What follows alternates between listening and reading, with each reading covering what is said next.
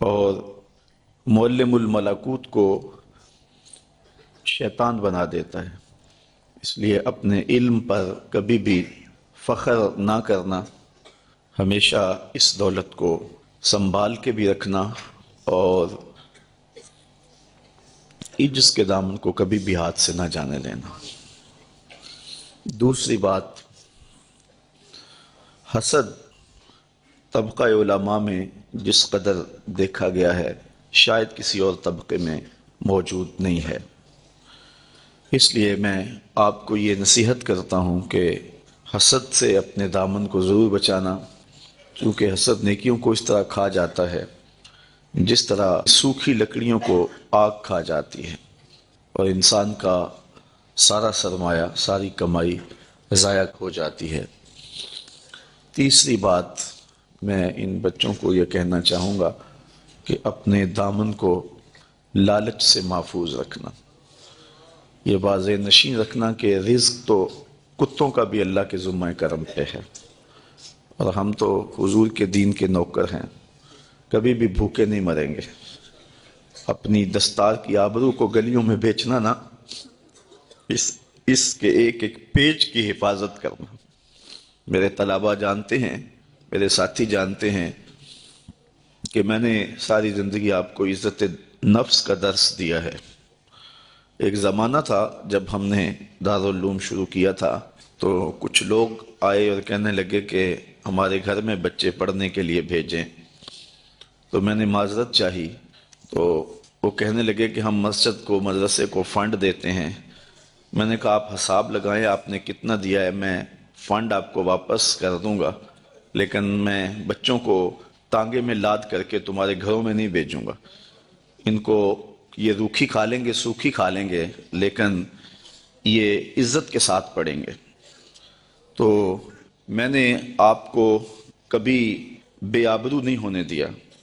مسجد، مدرسہ، معاونین، ان کے متعلقات اور جو بھی انجمن کے افراد جو بھی ہیں، کبھی کسی کو یہ جرأت نہیں ہے کہ آپ کو ٹیڑھی نظر سے بھی دیکھ سکے، اور کبھی میں نے یہ بھی آپ کی ڈیوٹی نہیں لگائی کہ یہ سرمایہ دار آ رہے ہیں ان کے جوتے اٹھا کر کے لاؤ، جس طرح کہ آج کل ہوتا ہے۔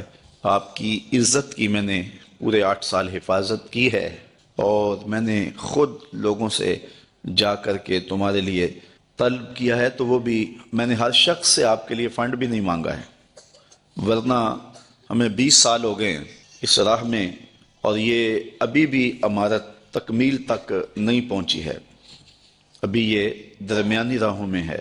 تو اگر ہم مروجہ انداز سے مانگنا شروع کر دیتے اور لوگوں سے ہر کس و ناکس سے ہم طلب کرتے تو یہ مسئلہ ہی کوئی نہیں تھا، لیکن ہم نے بھی دیکھا ہے کہ کس کے پاس رزق کی پاکیزگی ہے، اور اس بات کا بھی خیال کیا ہے کہ درد دل کون رکھتا ہے، اور اس کو بھی بڑے وقار کے ساتھ توجہ دلائی ہے، کیونکہ اس کے اثرات طلباء پر مرتب ہوتے ہیں۔ تو جن آبروؤں کے ساتھ اور جن محبتوں کے ساتھ آپ کو اس پرنور ماحول کے اندر پرورش کیا گیا اور پروان چڑھایا گیا، آپ نے بھی اس ماحول کی اور اس روشنی کی جو یہاں آپ کو نصیب ہوئی لاج رکھنی ہے۔ ہمارے استاد فرمایا کرتے تھے کہ قبلہ سید صاحب رحمۃ اللہ تعالی علیہ جب شاگردوں کو فارغ کرتے تو فرماتے کہ بیٹا پہلے تم ایک عام شخص تھے، اب بحیثیت عالم دین دنیا کے سامنے جا رہے ہو، تمہارے بیٹھنے اٹھنے کو لوگ دین سمجھیں گے، مت ایسا کرنا کہ تم کوئی ایسا کام کرو کہ دین نہ ہو اور لوگ اس کو دین سمجھ بیٹھیں۔ دوسری بات میں تمہیں تمہارے امام کی سنانا چاہوں گا، امام احمد رضا فاضل بریلوی علیہ رحمہ کی۔ آپ نے فرمایا اے طبقہ علماء، اگر تم سنن غیر موقدہ چھوڑ دو گے تو لوگ سنن موقدہ چھوڑ دیں گے، اگر تم سنن موقدہ چھوڑ دو گے تو لوگ واجب چھوڑ دیں گے، اگر تم سے واجب چھوٹ گئے تو لوگ فرض چھوڑ دیں گے، اور اگر تم فرض چھوڑنے لگے تو لوگ کہیں کفر میں نہ پڑ جائیں۔ اور پھر فرمایا کہ اگر تم مکروہ تنزیہیہ کا ارتکاب کرو گے تو لوگ مکروہ تحریمیہ کرنے لگ جائیں گے، اور اگر تم مکروہ تحریمیہ کا ارتکاب کرو گے تو لوگ حرام میں پڑ جائیں گے۔ اور اگر تم حرام کا ارتکاب کرنے لگ گئے تو لوگوں کے کفر میں پڑ جانے کا اندیشہ ہے۔ تیسری بات امام راضی علیہ رحمہ نے بڑی خوب کہی۔ آپ فرماتے ہیں کہ اگر علماء رزق حلال جمع کرنے لگ جائیں تو اگرچہ رزق حلال جمع کرنے میں قباحت نہیں ہے، لیکن علماء اگر رزق حلال جمع کرنے لگ جائیں تو عام لوگ رزق مشکوک جمع کرنا شروع کر دیں گے، اور اگر علماء مشکوک رزق لینا شروع کر دیں تو لوگ رزق حرام کو عیب نہیں سمجھیں گے۔ اس لیے ہم نے ایک ایک قدم پھونک کے رکھنا ہے، چونکہ ایک معروف مقولہ ہے کہ عالم کا پھسلنا عالم کا پھسلنا ہے۔ ایک بہت بڑے امام تھے، وہ ایک کنویں سے پانی بھر کے جانے لگے تو ایک خاتون گھڑے کے اندر پانی رکھے ہوئے تھی اور اس نے سر پہ اٹھایا، آگے تھوڑی سی پھسلن تھی، تو امام صاحب نے اس کو دیکھ کر کے کہا کہ بیٹا ذرا دھیان سے، پاؤں پھسل نہ جائے۔ تو اس بچی نے وہیں وہ گھڑا رکھ دیا اور امام سے مخاطب ہو کے کہنے لگی کہ حضرت میں اگر پھسل گئی تو کیا ہوگا؟ یہ گھڑا ٹوٹ جائے گا، 2 آنے کا بازار سے اور لے آؤں گی، لیکن آپ پھسل گئے تو زمانہ پھسل جائے گا۔ آپ اپنی فکر کریں تو عالم کا پھسلنا ایک زمانے کا پھسلنا ہے۔ اس وقت ہمارے پاس ہے ہی کیا ہے؟ دین پہ ڈاکے ڈالے جا رہے ہیں، پوری دنیا کے اوپر اسلام رسوا ہے۔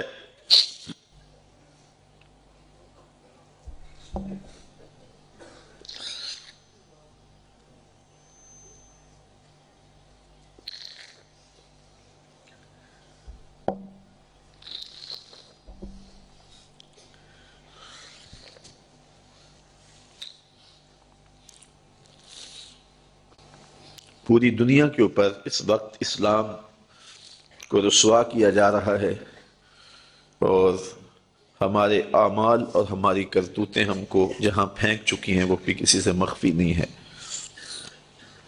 تو میں اس دارالعلوم کو غنیمت سمجھتا ہوں کہ یہاں سے فارغ ہو کر کے جانے والے علماء آنے والے دور میں روشنی کے چراغ ہوں گے۔ اور میرا اگر یہ اعتقاد پہ ٹھیس پہنچ جاتی ہے تو میرے لیے پہلے بہت مشکل ہے اس نظام کو لے کر کے چلنا۔ بڑا مشکل ہوتا ہے کسی کے آگے جا کے جھولی پھیلانا اور اس سے فنڈ مانگنا۔ مجھے بڑی اچھی طرح یاد ہے کہ ایک دفعہ میں ایک شخص کے پاس گیا تھا، تو اس نے وہ گھومنے والی کرسی پہ بیٹھا تھا اور رخ پھیر کے دوسری جانب کر کے ساتھ والے ساتھی کو کہنے لگا آپ کا کیا حال ہے؟ تو میں وہیں سے اٹھ کر کے آ گیا تھا۔ تو میں نے اپنے طلباء سے کہا تھا کہ بھوک کاٹ لو گے، لیکن میں دوبارہ کسی کے پاس کسی کے گھر میں جا کے نہیں مانگنا ہے۔ ہم اتنے پریشان تھے کہ حال دل سوزاں، ان سے بھی کہا کہ جو غم گسار نہ تھے۔ خیر میں نے ایک بات اس کو ضرور کہی تھی، میں نے اس کو یہ کہا تھا کہ میں اللہ کے فضل سے اپنی ذات کے لیے ایک پائی کا بھی روادار نہیں ہوں۔ یہ سوکھا کام نہیں ہے، بڑا مشکل کام ہے۔ میں اس پورے مجمع میں کہہ رہا ہوں، پوری دنیا میں کہتا ہوں کہ کوئی ایک شخص بھی اٹھ کر کے میرا طلب کرنا تو دور کی بات ہے، میرے رویے کا لالچ بھی بتا دے تو میں دین کا کام کرنا چھوڑ دوں گا۔ میرے رویے کا لالچ بھی کوئی بتائے، یہ چھوٹی بات نہیں ہے، بہت بڑی بات ہے۔ میرے والد گرامی نے مجھے جو وصیت کی تھی وہ یہ تھی کہ بیٹے دین کو کاروبار نہیں بنانا، اگر شوق آ جائے دولت جمع کرنے کا، اگر یہ طلب دل میں جاگ جائے تو پھر کاروبار ہی کر لینا۔ آپ کو اللہ نے ہاتھ پاؤں دیے ہیں، کوئی کاروبار کر لینا، دکان پہ بیٹھ کے رزق کما لینا، تو دین کو جو ہے وہ روزی کا اڈا نہیں بنانا۔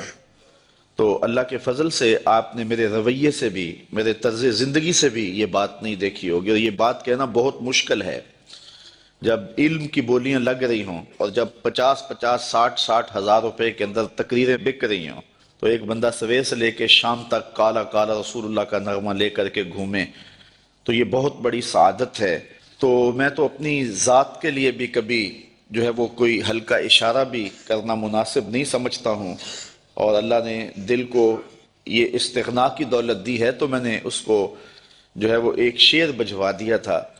میں نے کہا میں بڑا غیرت مند شخص ہوں اور خوددار آدمی ہوں، لیکن میں ان بچوں کے لیے جھولی پھیلانے کے لیے آپ کے پاس آیا تھا، آپ نے جو رویہ میرے ساتھ رکھا، چلو وہ آپ کا انداز ہوگا، اور آپ کا بھی شاید قصور نہیں ہے، آپ ایک آنکھ سے سب کو دیکھنے کے عادی ہوں گے۔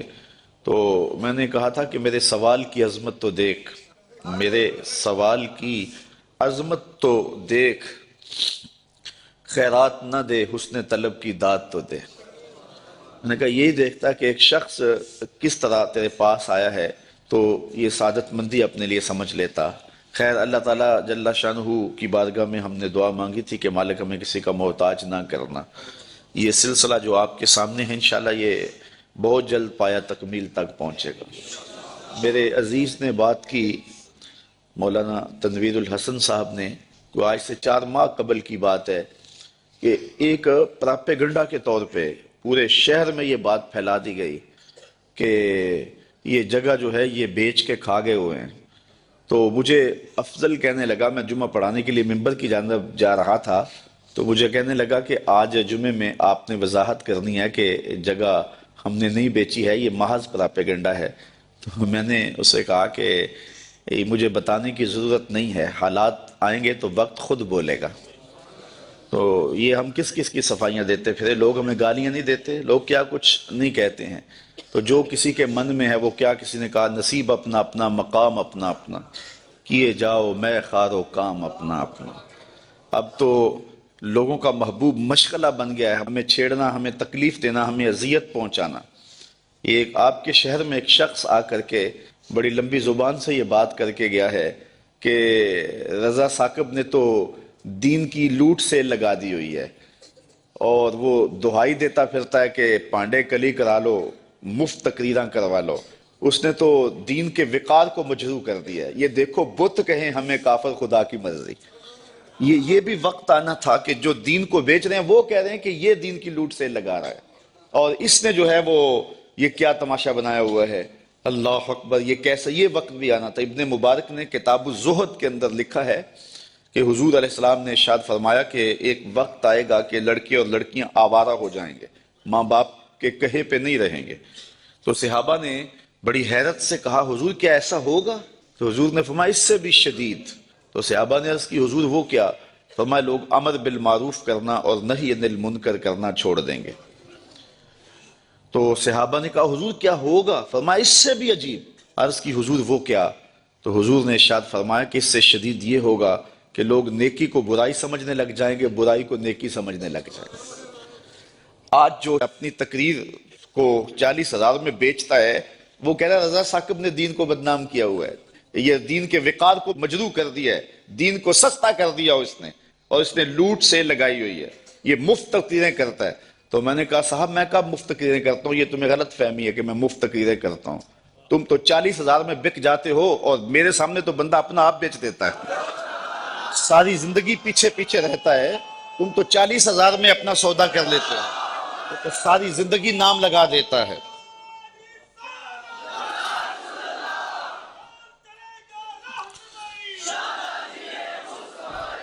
پچھلے دن ہم سرگودا میں تھے تو وہ ایک صاحب ہمارے پاس آئے تو کہنے لگے کہ آپ کا ٹائم فلاں جگہ پہ مانگ رہے ہیں۔ تو میں نے کہا اس دن میں تو مصروف ہوں۔ تو پھر دوبارہ ایک صاحب کا فون آیا کہ انہیں کہنا کہ 50,000 روپیہ دے دیں گے۔ تو میں نے ہنس کے کہا، میں نے کہا ریٹ اور بڑھاؤ۔ ہر دو عالم قیمت خود گفتائی، ہر دو عالم قیمت خود گفتائی، نرخ بالا کن کے ارزانی ہنوس۔ رومی کہتے ہیں کہ 2 جہاں کو اپنی قیمت لگایا تو نے، ابھی سستا بک رہا، ذرا اور قیمت بڑھا۔ میں نے کہا تم تو 40,000 میں بکتے ہو لیکن لوگ جانے بھی دے دیتے ہیں اور کہتے ہیں یہ ابھی بیانہ ہے، ابھی قیمت تو باقی ہے۔ تو میں نے کہا کون کہتا ہے کہ ہم مفت تقریریں کرتے ہیں؟ یہ سازش ہے کہ ہم مفت تقریریں کرتے ہیں، لوگ تو اپنی جان بھی وارنے کے لیے تیار ہیں۔ یہ رات بھی لوگ موجود تھے، عصر کے بعد بھی تھے، سحری کے دم بھی تھے، اس وقت آج بھی ابھی تک بیٹھے۔ کون آتا ہے؟ کس کے پاس وقت ہے؟ کیا عمرے کے ٹکٹ رکھے جاتے ہیں کہ لوگ جمع ہو جائیں، کیسی کیسی سریلے آوازیں لگائی جاتی ہیں لوگ جمع ہوں۔ یہ میرے پاس کیا ہے؟ لفظ بھی ٹوٹے ہوئے، لہجہ بھی سلامت نہیں ہے، لیکن یہ طلبہ ہیں تو کھچے چلے آ رہے ہیں، کہاں کہاں سے آ رہے ہیں، محبت کرنے والے ہیں کہ سب کچھ نچھاور کر رہے ہیں۔ تو بہرحال بات لمبی ہو رہی ہے، میں ان طلباء سے یہی کہوں گا کہ عزت کی راہ دین کی راہ ہی ہے۔ تو اسی راستے پہ اپنی زندگی کی ایک ایک سانس کو لگائے رکھنا، اور انشاءاللہ آنے والا کل تمہارا ہی ہے، اور حضور کے جھنڈے تلے سایہ تمہیں ہی نصیب ہوگا۔ تو اپنی منزل کی طرف بڑھتے جائیے۔ آپ بھی تشریف لائے، آپ نے حوصلہ افزائی کی، میں نے جن جن کو دعوت بھیجی تشریف لائے، اور اگر کوئی کسی مجبوری کے تحت نہیں آ سکا ہے تو اس کی مجبوری ہے، لیکن اگر کسی نے ہماری بھیجی ہوئی دعوت کو جو ہے وہ ایک عام دعوت سمجھ کے جو ہے وہ مسترد کر دیا اور نہیں آیا ہے، تو میں اتنی بات کہوں گا کہ میرے بیٹے کی شادی پہ اگر کوئی نہ آئے تو مجھے اتنا دکھ نہیں ہے جتنا اس تقریب میں کوئی نہ آئے، چونکہ یہ بچوں کے لیے عزت افزائی کا موقع تھا، اور یہ وقار اور تکریم کی چادریں ان کے سروں پہ اڑی جا رہی تھی۔ مجھے یہاں ایک اور بات بھی یاد آئی۔ آج سے کوئی 6 ماہ قبل میں اللہ کی بارگاہ میں شکریہ ادا کرنے کے بعد یہ بات کہتا ہوں، کسی صاحب نے مجھے کہا، یہ تنویر صاحب زور دے رہے تھے، اصل جو شخص آگے سے جواب نہ دے تو لوگ سمجھتے ہیں کہ اسی کو مارو اور اسی کی تذلیل کرو، اور دوسری بات یہ ہے کہ جب کام ہوتا ہے تو مخالفت بھی ہوتی ہے۔ یہ 108 بچے فارغ ہو رہے ہیں، اصل مخالفت تو اب شروع ہوگی۔ تو مجھے ایک صاحب ذمہ دار ہیں، بزرگ ہیں، تو وہ کہنے لگے کہ کچھ لوگوں کے کنایتم جو ہے وہ ذکر کرنے کے بعد کہ یہ سارے لوگ آپ کی مخالفت کرتے ہیں، آپ کا مقابلہ کر رہے ہیں۔ تو میں نے بڑے حیرت سے کہا، میرا مقابلہ تو نہیں کر رہے۔ کہنے لگے نہیں، تم بولے آدمی، تمہیں نہیں پتا، یہ تمہارا مقابلہ کر رہے ہیں۔ میں نے کہا صاحب میرا مقابلہ نہیں کر رہے۔ کہنے لگے نہیں تمہیں نہیں پتا، یہ تمہارا مقابلہ کر رہے ہیں، اور کھلے اور کچھ باتیں انہوں نے سنانے چاہی۔ میں نے کہا کیسے مقابلہ کرتے ہیں؟ میں ایک مہینے میں 70 درس دیتا ہوں، اگر یہ 71 دے تو مقابلہ ہونا۔ میں 70 ایک مہینے میں اللہ کی توفیق سے درس دیتا ہوں، اگر یہ جو ہے وہ مقابلہ کرے تو 71 یا 72 دیں تو مقابلہ ہوگا۔ نہیں وہ حجروں میں بیٹھ کے غیبت کرتے ہیں۔ میں نے کہا یہ تو پھر جو ہے وہ مقابلہ تو نہ ہوا۔ تو آج اللہ نے ہمیں توفیق دی ہے کہ 108 طلبہ فارغ ہوئے ہیں۔